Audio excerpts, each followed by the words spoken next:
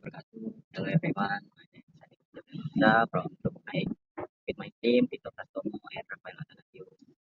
And now I will explain about polymer material technology. Before that, I will explain about polymer. Polymer is a macromolecules or giant molecules composed of thousands of small repeating units called monomers, linked by strong covalent bonds. The word of polymer comes from the Greek. Poly is meaning many, is meaning part. This reference by Callister Wede, Material Science and Engineering. Then we go to slide for material paradigm. This is the most important rule in the material science. Change one thing without affecting the others. Everything in the material engineering revolves around this four-step paradigm. How we first test a material change structure. The structure dictates its property like strength or melting point, which ultimately decided its performance in a machine. Polymers are amazing because they let us play with the paradigm, get the properties that metal simply can offer, specifically cheap to produce. Then we go to chemistry of macromolecules. Think of monomers as individual Lego blocks. A polymer is a giant chain built by snapping thousands of these blocks together. Let's look at the chemistry. Poly means many and mer means parts. A polymer is just a massive molecule made of repeating parts. We start with a monomer. Monomer is a single block and link them from a chain. If all the blocks are identical, it's a homopolymer. If we mix different types of blocks together to get custom properties like alloying a metal, it's a copolymer. Formula at the bottom, degree of polymerization is simply how we calculate the average length of these massive chains. Then architectural variation. The shape of the polymer changes the material entirely. Linear is like uncooked spaghetti. Arc tightly branch is like three branches can fight deadly. Cross link is like a fishing net. It's not just about what the chain is made of, but how it's shaped. Linear chains can pack closely together, making the material dense and strong, like high-density polyethylenes. Brands chain have bits sticking out, keeping them further apart, making making the plastic softer and more flexible. Crosslink and network polymers have a chemical bridges locking the chains together to stop them from sliding, making the material highly rigid and heat resistant. Then the slide number 5 is thermoplastic technology. Core concept in this section is thermoplastic are like butter or wax. To melt them, shape them, and cool them, you can do this over and over. Thermoplastic are plastic you interact with most every day. Their defining trait is that their response to heat is reversible. When heated, the bonds between the chains loosen, and then they melt. Cooled, they harden. Because no chemical bonds are permanently broken when melting, these are resealable. You can grind them up, melt them down, melt them again. That's it from slide 1 and slide 5. Slide 6 and slide 9 will explain from Vito Prastomo. Thermosetting polymers. Irreversible chemical curing. Unlike thermoplastic, thermoset undergo a permanent chemical change during formation, creating a rigid 3D network. Exposite. Aerospace structural component. Phenolic. Heat-resistant handles and circuit boards. Polyester. Fiberglass hulls and auto parts. Flame test reconnection. Thermoset do not melt. They blacken and char while maintaining structural integrity. Thermoset are the exact opposite of thermoplastic. Forming them involves a permanent chemical reaction called curing. During curing strong covalent bonds lock all the chains together into a rigid 3D grid.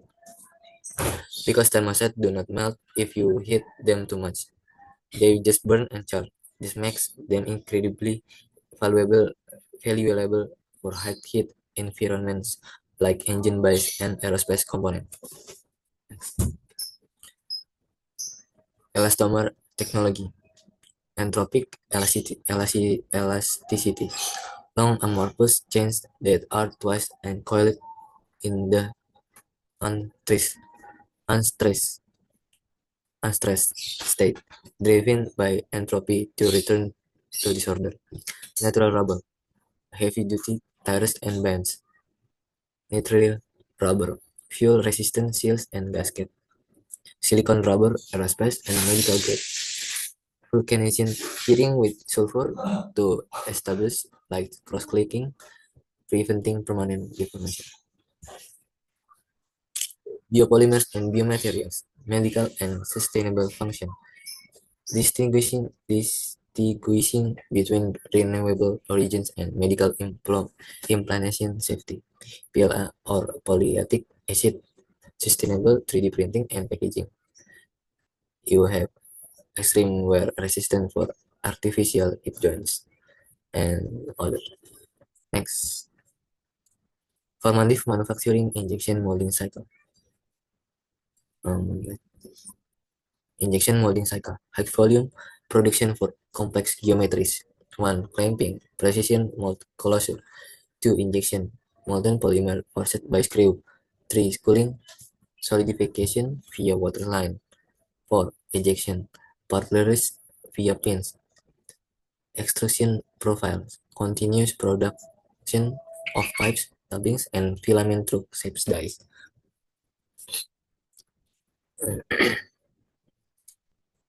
Formative manufacturing concept, injection molding is like a high-tech waffle iron. Extraction is like squeezing a tube for toothpaste or a Play-Doh factory toy. What to say, how do we turn raw plastic pellets into parts? Mostly through melting and pressure. Injection molding is for complex 3D parts. We inject liquid plastic into a cold melt mold, let it freeze, and pop it out. It is incredibly fast. Extrusion is for continuous shapes, like a PVC pipe or the rubber coating on electrical wires. We continuously push molten plastic through a shape, a hole, or a die.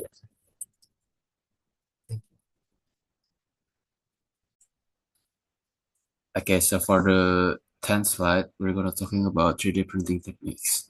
So, 3D printing technique is revolutionize how do we prototype. For example, in the early 1900s, we're using expensive metal mold for prototype something, but nowadays we can use printing techniques as using FDM, that is layer thermoplastic, that usually made from PLA or ABS, and then we have a process called SLA, that is a UV cured photosensitive liquid resin, and another material is polyjet. It is a hybrid jetted photopolymer for fair properties. And then the dynamic machine elements, bearing, bushings, and gears. So polymers is also selected for low friction, noise reduction, and vibration damping. For example, there is a material that can self-lubricate if it's already heated enough. For example, it is a PTFE or Teflon in high-wear environments that usually used in such as cookware. And then embeddability, it is have a characteristic that absorbing abrasive particle to protect shafts. It usually used to cover some like gear or something like that. And then there is a product called nylon gears. So nylon gears is used to consumer electronics and steering system.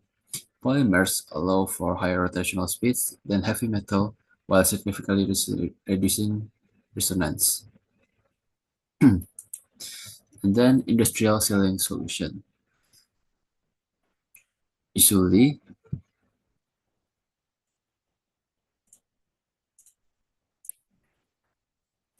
So sealing is a massive industry for polymers because polymers only the one material that have flexibility to squeeze into microscopic gaps to prevent fluid leaks under high pressure. So every engine, every pump, and hydraulic cylinder relies on polymer O-rings and gaskets. The challenge is for the engineer to create such as polymer seals that didn't expand much more than metals. So it is more used than metals for sealing solutions. And then here we have a case study. So case study Boeing 787. A milestone in mechanical engineering, the 787 airframe is 50% CFRP composites.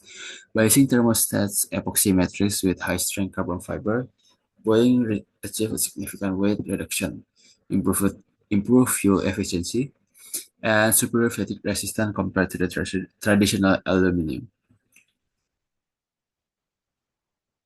The question is, why does the airplane made from carbon fiber reinforced polymer or CFRP? Why? Because it's significantly lighter than aluminum, saving massive amounts of jet fuels. Plus, plastic don't rust, reducing maintenance costs. And then we have a comparative about uh, polymers and metals here. For first thing, we're gonna compare about tensile strength in MPa or peak values that we have. So we must look at the data as an engineer, or of course. For of course, metals will be have a lot of massively performance ahead than polymers.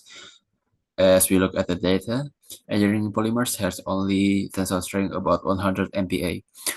The other things, as structural metals or ingots, are as strong as 4,100 MPa.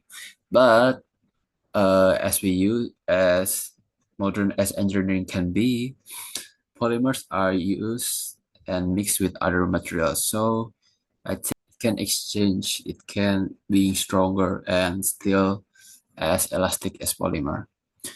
And then we're gonna talking about modulus of elasticity, GPA. And here polymers has ahead of the bigger positivity than metals. So in polymers, it has 4 GPA, and metals has 410 GPA. That's around 1 and 100 scale. Note, while the strength is lower, polymers offer 1000 ductility and high thermal sensitivity near room temperature instead of metal. So polymers is easier to use in day-to-day use. Okay, I think that's it. Thank you for your. I'm gonna say thank you for watching this video. And here are our references that we'll use.